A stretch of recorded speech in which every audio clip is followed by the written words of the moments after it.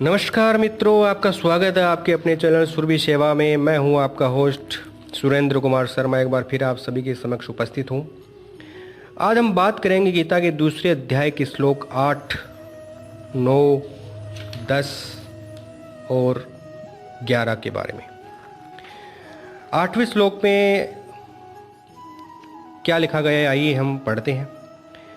न ही प्रपश्यामि ममानुपनुद्याद्य छोक्कमुशोषणमिन्द्रियाणाम अवाप्य भूमाव समत्प्रधम राज्यम सुरणापि चाधिपत्यम। अर्जुन इसमें बोल रहे हैं कि क्योंकि भूमि के निष्कंटक धन धान्य संपन्न राज्य को और देवताओं के स्वामी पने को प्राप्त होकर भी मैं उस उपाय को नहीं देखता हूँ जो मेरी इंद्रियों की सुखाने वाले शोक को दूर कर सके। अब इसमें बीच में संजय बोल रहे हैं कि एवं मुक्त्वा ऋषिकेशम गुड़ा केश परंतप न योत से यति गोविंद मुक्ता तूष्णी बभू है। संजय बोले, हे राजन, निद्रा को जीतने वाले अर्जुन अंतर्यामी श्री कृष्ण महाराज के प्रति इस प्रकार कहकर फिर श्री गोविंद भगवान से युद्ध नहीं करूंगा, ये स्पष्ट कहकर चुप हो गए। अब आगे के श्लोक में संजय बोल रहे हैं कि तमुवाच ऋषिकेश प्रसन्नीव भारत सेन्योर भयोर मध्य विषदंत मिदम वचः। हे भरतवंशी धृतराष्ट्र, अंतर्यामी श्री कृष्ण महाराज दोनों सेनाओं के बीच में शोक करते हुए उस अर्जुन को हंसते हुए से ये वचन बोले। भगवान श्री कृष्ण महाराज की जय। भगवान बोल रहे हैं, ए सोचान व सोचो त्वम प्रज्ञावादांश भाषसे गता सूंच नानु सोचंती पंडिता। श्री भगवान बोले, हे अर्जुन, तू न शोक करने योग्य मनुष्यों के लिए शोक करता है और जो पंडितों के ऐसे वचनों को कहता है, परंतु जिनके प्राण चले गए हैं उनके लिए और जिनके प्राण नहीं गए हैं उनके लिए भी पंडित जन शोक नहीं करते। अब इसमें गतासून और अगतासून किनका वाचक है और पंडित जन शोक नहीं करते, इस कथन का क्या अभिप्राय है? जिनके प्राण चले गए हो उनको गतासु और जिनके प्राण नहीं गए हो उनको अगतासु कहते हैं। उनके लिए पंडित जन शोक नहीं करते। इस कथन से भगवान ने यह भाव दिखलाया है कि जिस प्रकार तुम अपने पिता और पितामह आदि मरकर परलोक में गए हुए पितरों के लिए चिंता कर रहे हो कि युद्ध के परिणाम में हमारे कुल का नाश हो जाने पर वर्ण संकरता फैल जाने से हमारे पितर लोग नरक में गिर जाएंगे इत्यादि इत्यादि, ज़्यादा सामने खड़े हुए बंधु बांधवों के लिए भी चिंता कर रहे हो कि इन सब के बिना हम राज्य और भोगों को लेकर भी क्या करेंगे। कुल का संहार हो जाने से स्त्रियां भ्रष्ट हो जाएंगी आदि आदि।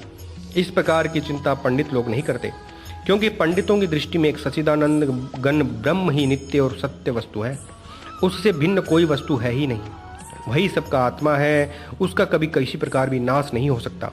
और शरीर अनित्य है, वह रह नहीं सकता तथा आत्मा और शरीर का संयोग वियोग व्यवहारिक दृष्टि से अनिवार्य होते हुए भी वास्तव में स्वप्न की भांति कल्पित है। फिर वे किसके लिए शोक करें और क्यों करें?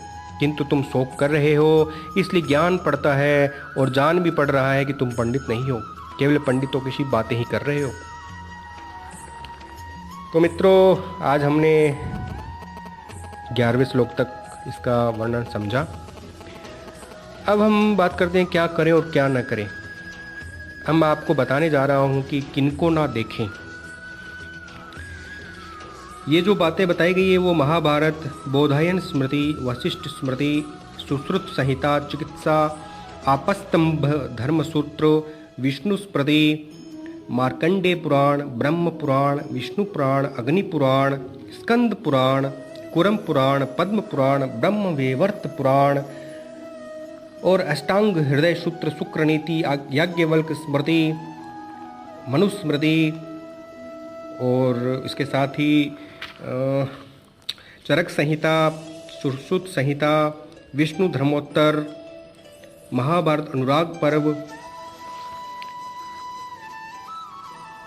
ब्रह्मवेवर्त पुराण, गौतम धर्म सूत्र और इसी के साथ महाभारत अनुसर्ग में भी बहुत सी बातें बताई गई हैं।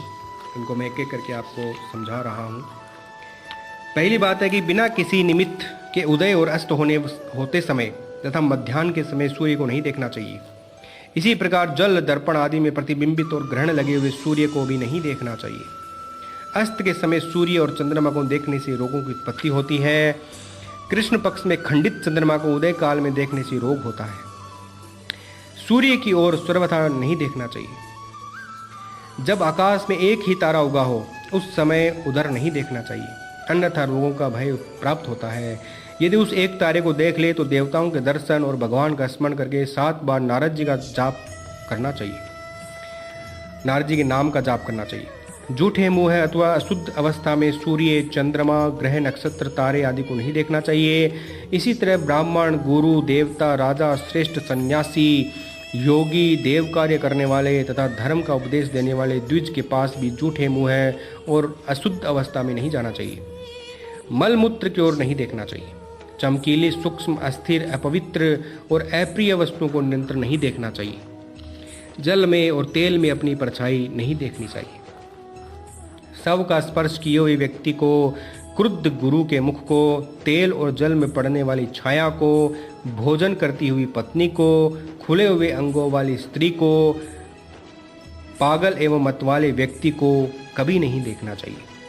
पत्नी के साथ भोजन कभी भी नहीं करना चाहिए और उसे भोजन करते हुए, छींकते हुए, जम्हाई लेते हुए तथा आसन पर स्वेच्छा से बैठे रहने की अवस्था में नहीं देखना चाहिए। जल में अपना रूप, नदी आदि का किनारा और गहरे गड्ढे को नहीं देखना चाहिए। जल में सूर्य और चंद्रमा का प्रतिबिंब देखने से मनुष्य को शोक की प्राप्ति होती है। नग्न पर स्त्री अथवा पर पुरुष की ओर की कभी नहीं देखना चाहिए। जो दूषित हृदय से किसी नग्न स्त्री की ओर देखते हैं वे पापी मनुष्य रोग से पीड़ित होते हैं। तो मित्रों, मैंने आपको संक्षिप्त में बहुत सी चीज़ें बताई हैं। अब मैं अपनी वाणी को विराम देता हूँ। आप इस चैनल के साथ बने रहिए, इसको ज़्यादा से ज़्यादा लाइक, सब्सक्राइब और शेयर करवाइए और इसके व्यूज़ भी बढ़ाइए, क्योंकि व्यूज़ बहुत ही मोस्ट इम्पॉर्टेंट चीज़ वही है। तो अब आपके साथ मैं यही विराम ले रहा हूँ, फिर मिलते हैं। जय श्री कृष्णा, राधे राधे।